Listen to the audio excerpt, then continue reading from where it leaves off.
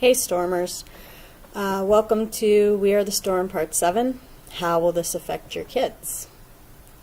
I looked back at the videos that covered the recommendations, and I think that I was pretty clear which recommendations could be good or bad for our students and our system. So I'm not, instead of trying to do that all over again, to outline which recommendations will have an effect on our students, I decided to talk a little about my opinion on the upcoming strike vote. Not really my opinion, but explaining. I've had a lot of questions about the strike vote and just want to give you some information. So if you're still wondering which recommendations might be good for the students and which ones might not be good for the students, you'll have to go back to, I think it begins video Part 3, Part 4, Part 5, and Part 6 cover the recommendations. I encourage you to go back and watch those. So why would the teachers hold a strike vote? They're holding a strike vote because this legislation is going to make so many changes, most of them totally unnecessary, in a very short time. They didn't consult with any educators about it. This speedy and messy change will damage the public system in such a way that it will never recover. Some of you might be watching and being like, oh, that's so, that's a huge statement. That's a silly statement for her to say. That's how I feel. I really feel that the changes that they're proposing in such a speedy way, such a careless way, I really feel that our public school system in Nova Scotia will never recover from this.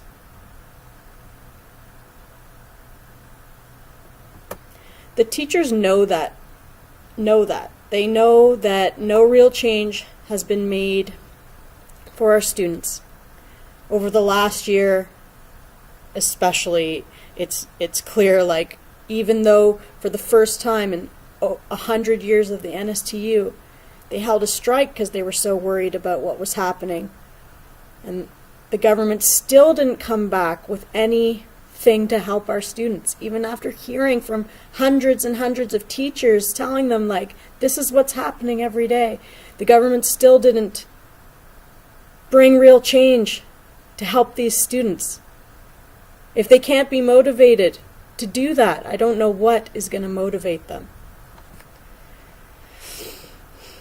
And they know, teachers know, no supports are coming for our students from this legislation. This legislation is very, very dangerous. It threatens our democratic values in Canada, in Nova Scotia. It will change our system to a business model, turning our learners and thinkers into little drones that will only care about meeting a standard. I talked a little bit about it a few videos ago, but people ask me, well, why is this business model such a problem? Such a terrible thing for education. Well, my old professor at Acadia, I don't want to say her name just in case it gets in trouble, or it gets her in trouble, I don't know. But it was, when Obama was first president of the United States, and we were talking about a lot of the reforms that happened under President Bush in the United States, and he had this policy called No Child Left Behind, and my professor used to say, oh, no child's behind left. And I always thought that's such a good way of thinking about it. Anyways, she told a story one day in class saying, imagine you ran a strawberry tart factory, right? Your business was to make strawberry tarts. You had all of the molds ready to put the pastries in. You had a strict recipe to follow. You picked the strawberries for the tarts, being very careful which ones you select. You sent them down the assembly line. It was so important to your business that each strawberry tart looked the same and tasted the same. They had to be made to a very exact standard before they were packaged. People loved the tarts that you made, and your company was very successful. Now let's move that story into education. You can create the mold for the tarts to fit in and insist that your workers force the pastry to fit the mold. You can do that. No matter how hard you try, though, the pastry is coming into the factory with very different ingredients. The strengths and challenges of each little person that we meet, for example. So no matter how hard the workers try to evenly fill the molds, none of the pastry will be the same at the end. No matter what they do. So why bother trying to make them all fit in the same type of mold? Maybe you should make a mold for the pastry that has to stay thinner, and maybe you should make a mold for the pastry that has to stay thicker. Maybe thinking about changing the mold might help the tarts. So the workers who are responsible for the pastry, fitting in the mold exactly the same, they will fail, and they will most likely be punished for not getting the tarts to fit the standard. If you go a little bit further onto the line, the people that pick the strawberries, right? In public school education, we can't throw out the small green strawberries. We can't throw out the strange shaped strawberries or the sour strawberries. Instead, we must treat all of those strawberries like they are so important. We have to treat all of those strawberries like they have a purpose and help them figure out what that purpose is. And maybe that purpose isn't to be in a tart at all.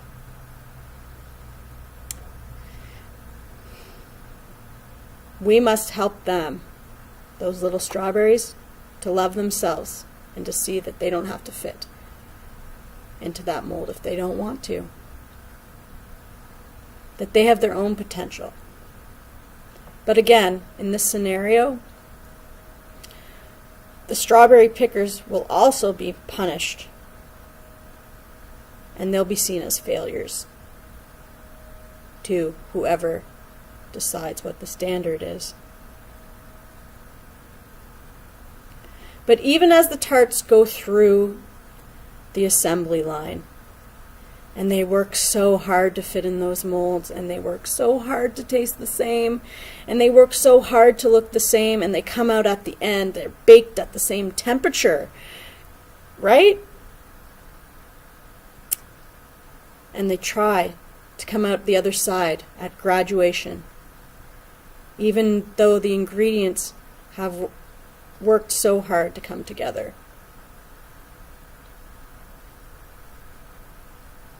Someone at the end can still refuse to put them in the box, to consider their opinion or their effort or their struggle. They can still refuse to even look at them as a whole tart of individual ingredients coming together.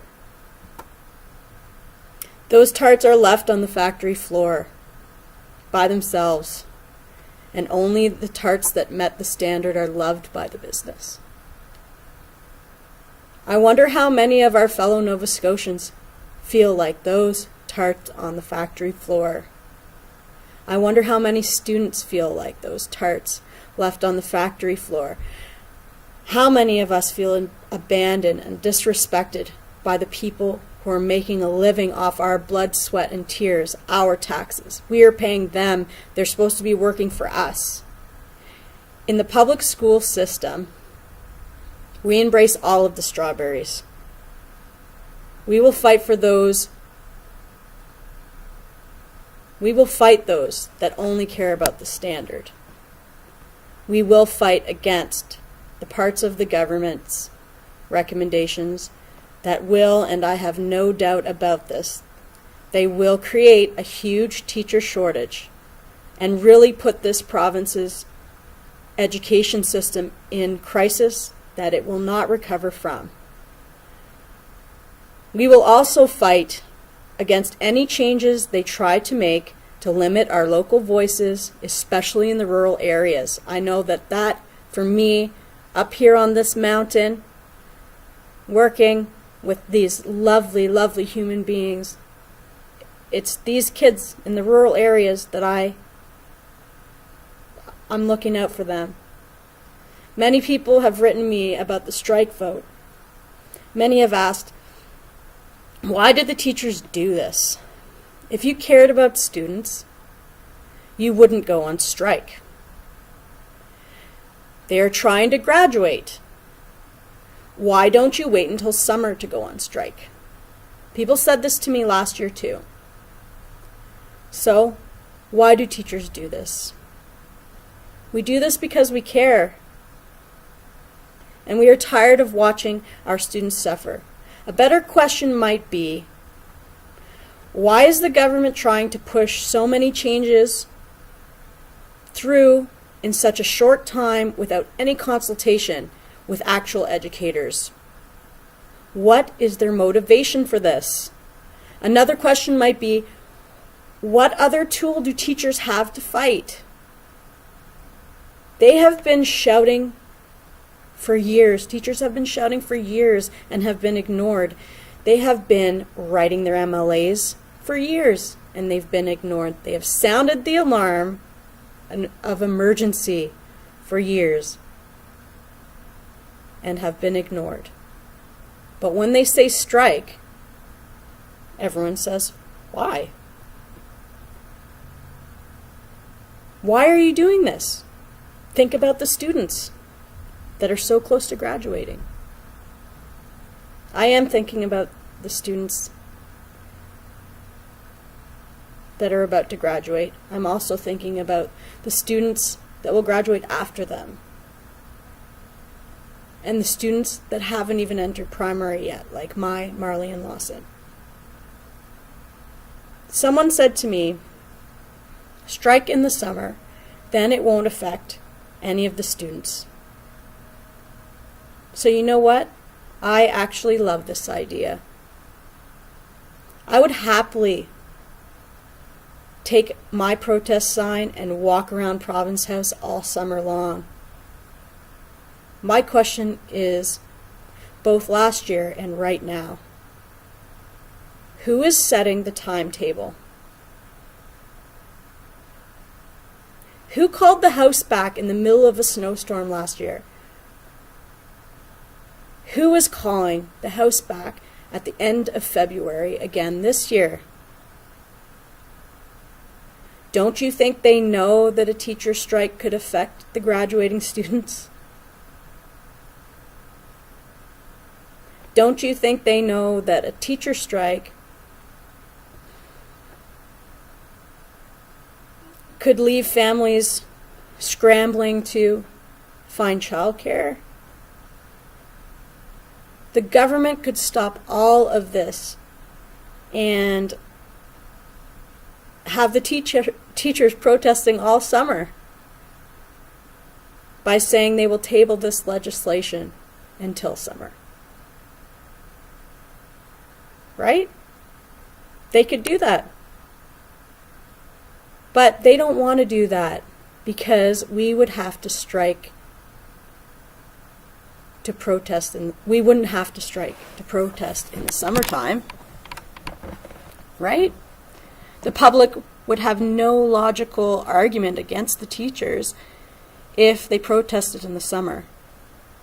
They would have to concede that, wow, these teachers actually really care about the students. They've given up their summer with their families to walk around Province House. The government doesn't want the public to be thinking like that. They want you to be extremely angry with us. And that's what they're going to try to do over the next couple of weeks. Get you all hating us. And let me tell you, when I've worked all day and have wiped several noses and have helped crying children and have, helped a child learn to read and other things that I do every day,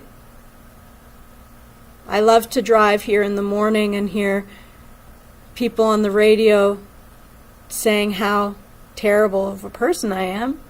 And I love to go home at night and hear people on the radio or on the TV talking about how terrible a person I am. It makes me feel good. So here's my challenge for you. If you are fully against this legislation, you're like, yeah, I'm with the teachers, then I urge you to call and write your MLA, contact a teacher, and get them to bring you a petition to sign. That has to be done by next Tuesday, I believe they have to be in. And join us and other Nova Scotians at a local rally or at a Province House rally, if that should happen. There is one that is scheduled for February 27th. Whether or not we can be there is a different story, right? We'll be at school. I hope we'll be at school unless we're not at school. But you can still go on the 27th and join the hundreds of people and making some noise to try to get them to listen. If you are totally for this legislation, you're like, wow, Rachel is totally biased and that presentation was totally nonsense and I'm totally for this legislation and I want them to put it through and begin on February 27th. But then you're like, no, actually, I would rather the teachers not go on strike. Does it have to happen on the 27th?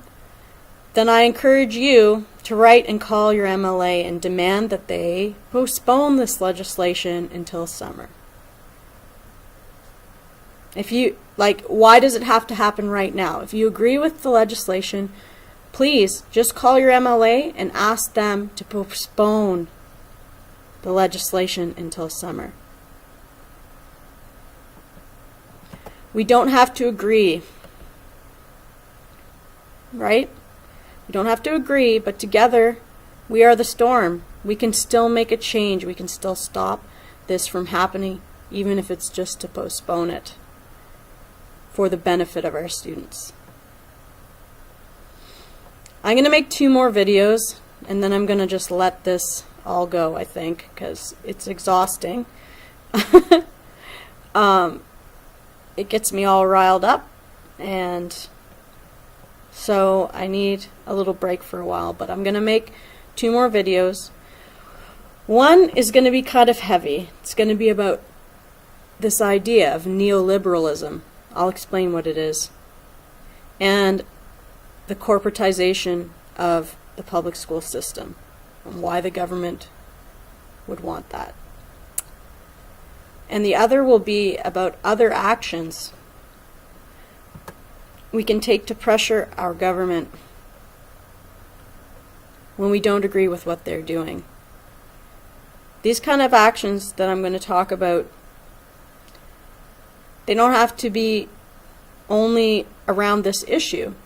If we don't like that we don't have enough doctors here and they don't seem to be doing anything about it, maybe some of these ways of protesting will help us to get them to feel more motivated.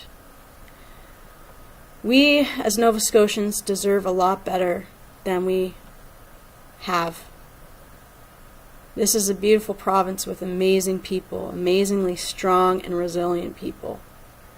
We need to believe that we deserve better than this. And no government is going to work for us unless we force them to. And we need to stand together and try to make this province better for all Nova Scotians.